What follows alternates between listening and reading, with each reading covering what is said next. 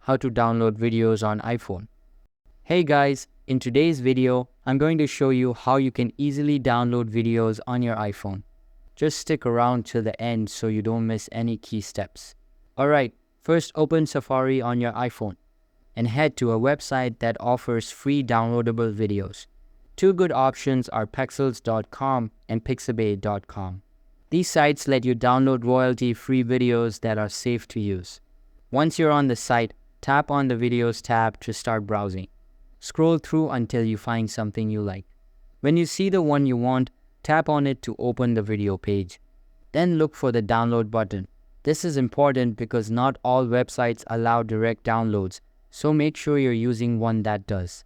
Tap on download and your iPhone will ask if you want to download the file. Hit download again.